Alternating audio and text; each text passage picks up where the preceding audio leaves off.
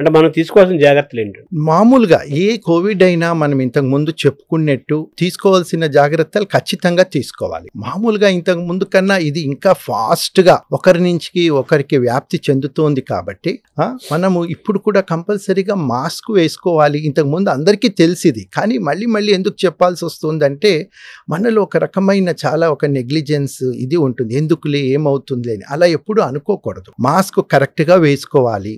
వీలున్నంత వరకు మనం దగ్గేటప్పుడు మనకు జబ్బు ఉంటే మనం దగ్గేటప్పుడు కొన్ని జాగ్రత్తలు తీసుకొని దగ్గాలి. అంటే ఇలా కాకుండా మనం దగ్గేటప్పుడు ఎదుటి మనిషి ఎవరైనా దగ్గుతుంటే కొంచెం డిస్టెన్స్ పాటించటము. తర్వాత దగ్గినప్పుడు ఆ ఉమ్ము తాలూకు ఆ సలైవ డ్రాప్లెట్స్ అక్కడ ఇక్కడ పడుంటాయి కాబట్టి అవి మనం టచ్ చేసే ఛాన్సెస్ ఉంటుంది. కాబట్టి మళ్ళీ అవి టచ్ చేసి మన మొహము ముక్కు టచ్ చేసుకుంటే వైరస్ వ్యాప్తి చెందే అవకాశం ఉంటుంది. కాబట్టి చేతులు బాగా కడుక్కోవటం, మంచి ఆహారం తీసుకోవటము, హెల్తీ లైఫ్ స్టైల్ పాటించటము. ఆల్రెడీ మనకి ఎటువంటి కోమార్బిడిటీస్ అయినా ఎవరికైనా ఉండినట్టయితే అంటే sugar patients, BP patients, heart patients జాగ్రత్తగా మందులు తీసుకొని, షుగర్ ఉన్న వాళ్ళు అవి కంట్రోల్ చేసుకుని, ఆస్మా పేషెంట్స్ జాగ్రత్తగా తీసుకుని, ఇలాంటి మామూలుగా ఎప్పుడు తీసుకునే జాగ్రత్తలే తీసుకుంటే చాలా మటుకు దీన్ని వ్యాప్తి చెందకుండా అరికట్టవచ్చు. సో అది ఎంత ఫాస్ట్ గా స్ప్రెడ్ అయిందంటే దానికి అవకాశాలు ఎక్కువైపోతాయి చేంజ్ అవ్వటానికి.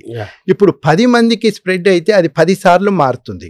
అదే 1000 మందికి స్ప్రెడ్ అయింది అనుకోండి, దానికి 1000 సార్లు మారే అవకాశాలు వస్తాయి. దాంతో ఆ 1000సారి మార్పు చెందినప్పుడు అది సివియర్ గా అయ్యే అవకాశాలు ఎక్కువగా ఉంటాయి.